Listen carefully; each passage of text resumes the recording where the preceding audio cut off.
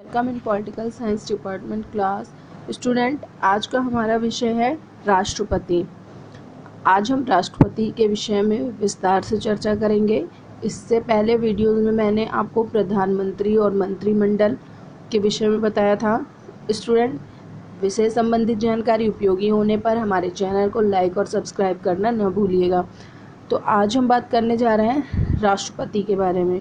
Student, Bharat गणतंत्र है, इसलिए राष्ट्रपति को राज्य का अध्यक्ष बनाया गया। उसके नीचे उपराष्ट्रपति हैं, प्रधानमंत्री मंत्रिपरिषद का अध्यक्ष है। वास्तविक सत्ता उसी के पास है, इसलिए प्रधानमंत्री को शासन का अध्यक्ष कहा जाता है। राष्ट्रपति का 5 वर्षों के लिए चुनाव किया जाता है, उसे पुनः निर्वाचित किया जा सकता है। वो किसी समय उपराष्ट्रपति को अपना त्यागपत्र देकर पदमुक्त भी हो सकता है। संविधान का उल्लंघन करने पर उसे महाभियोग की प्रक्रिया से हटाया जा सकता है। स्टूडेंट, सामान्य काल में वह नाम मात्र का अध्यक्ष है, क्योंकि वह हर काम अपने मंत्रियों के परामर्श से करता है। लेकिन असामान्य काल में उसकी स्थिति बदल जाती है। वो संविधान की रक्षा के लिए अपने विवेक का प्रयोग करते हुए कदम भी उठा सकता है।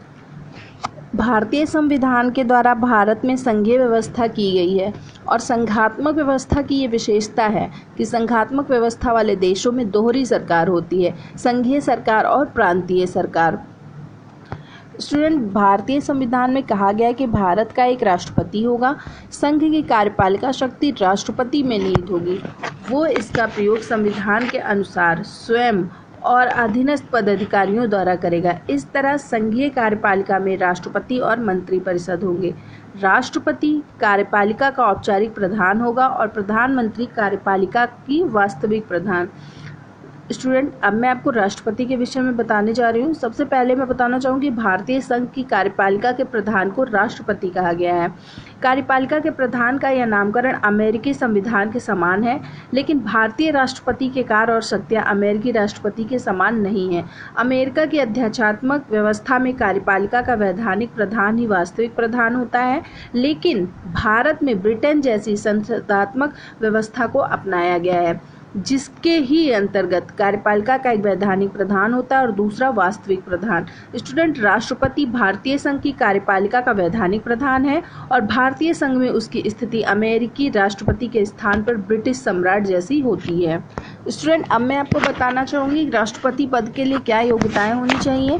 संविधान में राष्ट्रपति के पद पर निर्वाचित होने वाले व्यक्ति के लिए जो योग्यताएं निश्चित की गई हैं वो ये है कि सबसे पहले तो वो भारत का नागरिक हो, वो 35 वर्ष की आयु पूरी कर चुका हो, वो लोकसभा का सदस्य निर्वाचित होने की योग्यता रखता हो। इसके अलावा ऐसा कोई भी व्यक्ति जो भारत सरकार, राज्य सरकार या किसी स्थानीय सरकार के अंतर्गत पदाधिकारी हो, राष्ट्रपति के पद का उम्मीदवार नहीं हो सकता। इस संबंध में संघ के राष्ट्रपति, उपराष्ट्रपति, राज्य के राज्यपाल और संघ अथवा राज्य के मंत्रियों को सरकारी अधिकारी नहीं समझा जाएगा। स्टूडेंट, राष्ट्रपति भारतीय संसद या राज्यों के विधानमंडल के किसी भी सदन का सदस्य नहीं होगा। अगर निर्वाचन के पहले वह इसका सदस्य है तो निर्वाचन की तिथि से उसका स्थान उस सभा से रिक्त समझा जाएगा। राष्ट्रपति अपने कार्यकाल की अवधि में कोई और अन्य वेतनभोगी पद ग्रहण नहीं कर सकता।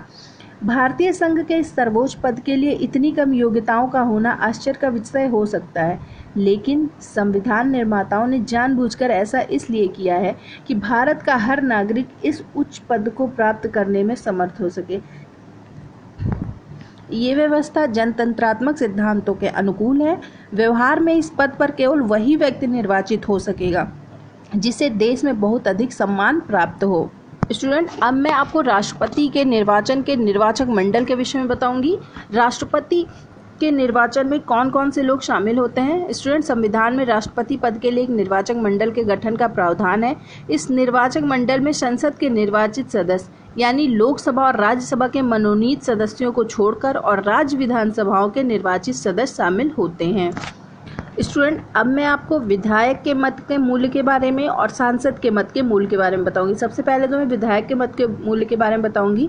स्टूडेंट, हर राज्य की जनसंख्या को उस राज्य की विधानसभा की कुल निर्वाचित सदस्यों से विभाजित किया जाएगा और जो भागफल होगा उसे दोबारा 1000 से विभाजित किया जाएगा। ऐसा करने के बाद जो भागफल आएगा वो हर विधायक के मत का मूल्य या उसकी संख्या होगी।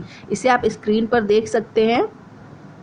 राष्ट्रपति के चुनाव में हर राज्य की बराबर भागीदारी को बनाए रखने के लिए ऐसा किया गया है। अगर विधायकों के मत का मूल्य इस प्रकार निर्धारित नहीं किया जाता तो छोटे राज्यों की हिस्सेदारी का महत्व कम हो जाता राष्ट्रपति के चुनाव में। अब मैं आपको सांसद के मत के मूल्य के बारे में बताना चाहूँगी। स्टूडेंट, पूरे भारत के सभी विधानसभाओं के सदस्यों के कुल मतों की संख्या को संसद के दोनों सदनों के कुल निर्वाचित सदस्यों की संख्या से विभाजित करने के बाद जो भागफल आएगा वही प्रत्येक सांसद के मत का मूल्य माना जाएगा। आप इसको भी स्क्रीन पे देख सकते हैं। स्टूडेंट, अब मैं आपको राष्ट्रपति चुनाव के जो निर्वाचन प्रणाली है उसके बारे में बताऊंगी, जो है एकल संक्रमणीय मत प्रणाली। स्टूडेंट, राष्ट्रपति के चुनाव में ऐसे निर्वाचन प्रणाली निर्धारित की गई है जिससे इस पर वही व्यक्ति निर्वाचित हो सकता है जिसने कम से कम 50% से अधिक मत प्राप्त किया हो। एकल संक्रमणीय मत प्रणाली में सभी उम्मीदवारों के नाम के आगे अपनी पसंद का वरीयता क्रम व्यक्त करना आसान होता है। विजयी होने के लिए न्यूनतम संख्या निर्धारित कर दी जाती है। कुल पड़े हुए मतों की संख्या को 2 से विभाजित कर भागफल में 1 जोड़ने से प्राप्त संख्या ही न्यूनतम संख्या है। आप इसे भी स्क्रीन पे देख सकते हैं। मतों की गिनती की अगर पहली पसंद की गणना में ही कोई उम्मीदवार निर्धारित कोटे के बराबर मत प्राप्त कर लेता है तो वो विजयी माना जाता है। पहले दौर की मतगणना के बाद किसी उम्मीदवार के विजयी न होने की स्थिति में पहली पसंद में से कम मत प्राप्त करने वाले उम्मीदवार को मतगणना से अलग कर दिया जाता है। फिर उसके मिले हुए मतपत्रों का दूसरे पसंद जिन जिन उम्मीदवारों की जितनी संख्या में अंकित की गई है उतने मत उनकी प्रथम पसंद की संख्या में जोड़ दिए जाते हैं। इस प्रकार का संक्रमण किसी व्यक्ति के न्यूनतम संख्या को प्राप्त कर लेने तक चलता है। स्टूडेंट, भारत में राष्ट्रपति के चुनाव सामान्यतः पहले दौर की मतगणना के बाद ही कोई न कोई उम्मीदवार निर्धारित कोटा प्राप्त कर लेता है, लेकिन सन 1969 के राष्ट्रपति चुनाव में पहली और अंतिम बार दूसरे दौर की मतगणना करनी पड़ी थी, जब दूसरे दौर के बाद वीवी गिरी ने निर्धारित कोटे को प्राप्त किया था। स्टूडेंट, अब मैं आपको बताने जा रही हूँ कि इसका मतदान केंद्र कहाँ होता है। राष्ट्रपति चुनाव के लिए सभी राज्यों की राजधानियों और भारत के संघीय राजधानी नई दिल्ली को मतदान केंद्र बनाया जाता है, पर इसमें एक शर्त यह है कि संबंधित राज्य की राजधानी में ही कोई भी सांसद या विधायक अपना मतदान कर सकता है, किसी दूसरे राज्य में नहीं। सांसद भारत की संघीय राजधानी में भी अपना मतदान कर सकते हैं। स्टूडेंट, राष्ट्रपति के निर्वाचन को अवैध घोषित करने पर सर्वोच्च न्यायालय में अपील की जा सकती है। उसके निर्वाचन से संबंधित विवादों पर बहस सर्वोच्च न्यायालय में ही होती है और इसका समाधान सर्वोच्च न्यायालय ही कर सकता है। अगर सर्वोच्च न्यायालय राष्ट्रपति पद के लिए निर्वाचित व्यक्ति के निर्वाचन को अवैध घोषित कर दे तो न्यायालय द्वारा दिए गए निर्णय से पहले उस व्यक्ति द्वारा राष्ट्रपति के रूप में दिए गए निर्णय विधि मान्य होंगे।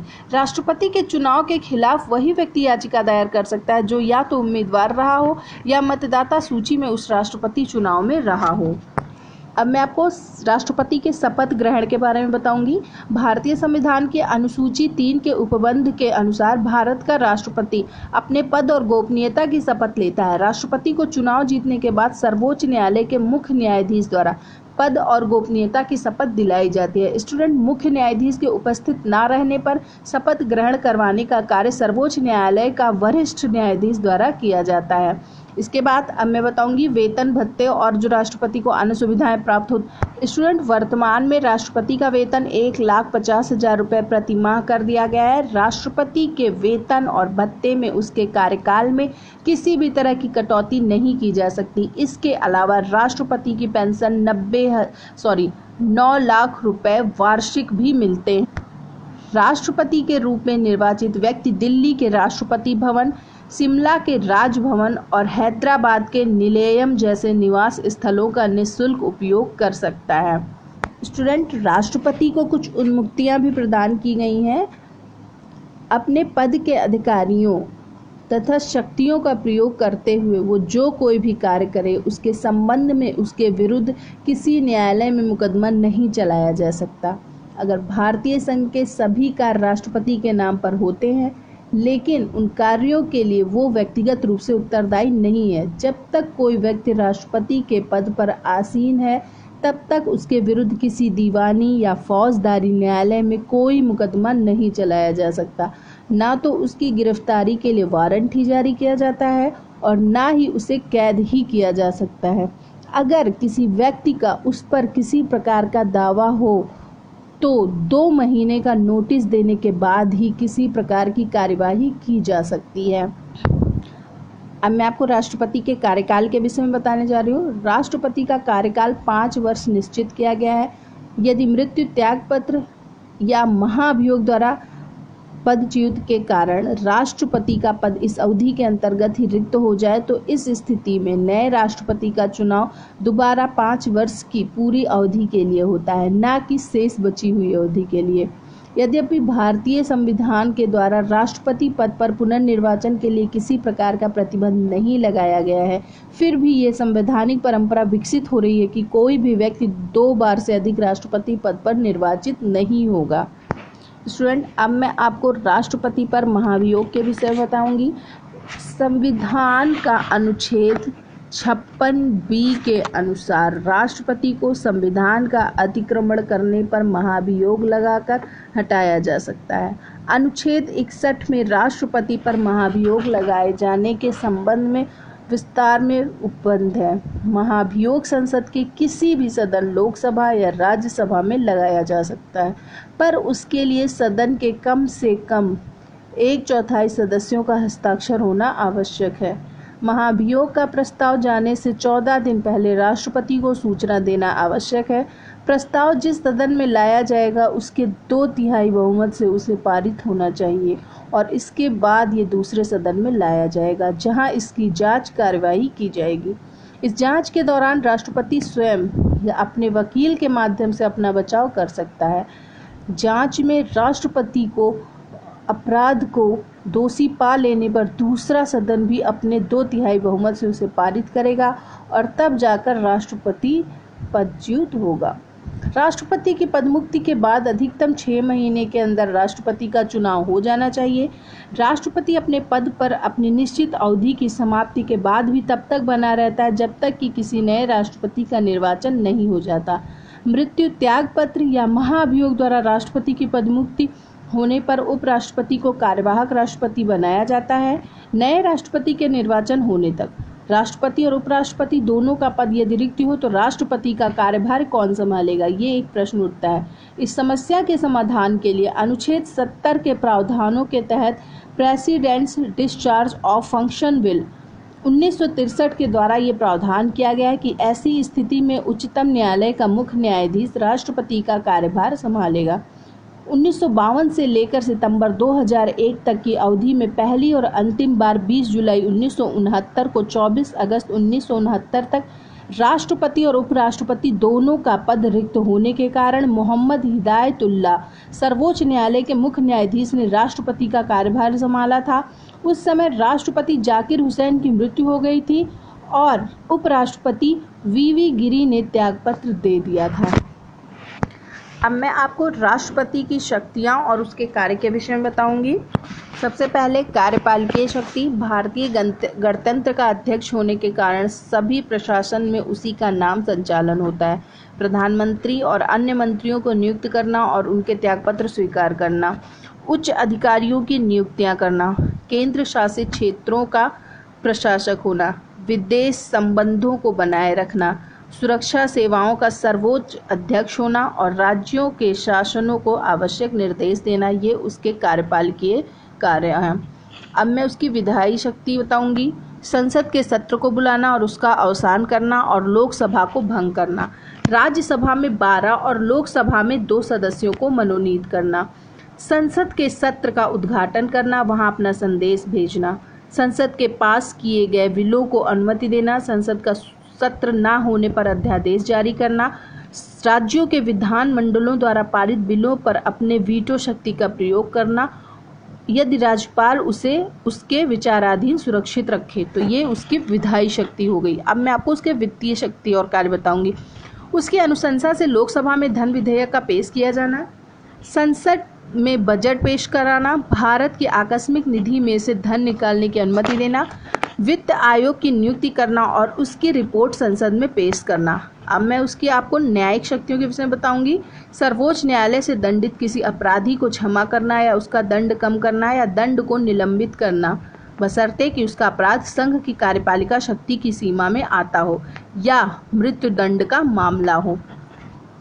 स्टूडेंट, आज मैंने कोशिश की है कि राष्ट्रपति के हर उस महत्वपूर्ण बिंदु पे प्रकाश डाल सकूं जिससे आपके प्रश्न आते हैं और कम से कम शब्दों में अधिक से अधिक जानकारी देने की कोशिश की है। स्टूडेंट, विषय संबंधित जानकारी उपयोगी होने पर हमारे चैनल को लाइक और सब्सक्राइब जरूर करें। Thank you student.